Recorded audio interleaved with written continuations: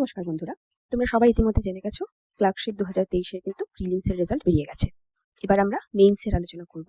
প্রথমেই তোমরা জেনে নাও মেইনসের সিলেবাস কি। মেইনস টোটাল 100 মার্কসের পরীক্ষা হবে, দুটো পার্টে ডিভাইডেড, একটা গ্রুপ এ এবং আরেকটা গ্রুপ বি। প্রথম গ্রুপ এ তে ইংলিশ থাকবে আর গ্রুপ বি তে থাকবে বাংলা। আগেই বলে রাখি পুরোটা কিন্তু ডেসক্রিপটিভ এক্সাম হবে। কেমন? এবারে জেনে নিই গ্রুপ এ ইংলিশে আমরা কি কি কোয়েশ্চেন পাবো।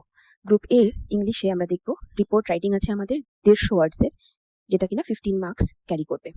সেকেন্ড আছে প্রেসি রাইটিং, যেটা আমাদেরকে আবার 15 মার্কস ক্যারি করবে। প্রেসি হচ্ছে 1/3 অফ দ্য প্যাসেজ আমাদেরকে করতে হবে, আমরা জানি, ছোট করে লিখতে হবে।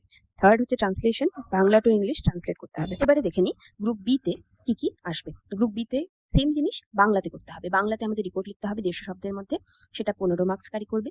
সারাংশ লিখতে হবে, যেটা আবার 15 মার্কস ক্যারি করবে। আর ট্রান্সলেশন এবারে ইংলিশ থেকে বেঙ্গলিতে ট্রান্সলেশন করতে হবে, যেটা 20 মার্কস ক্যারি করবে।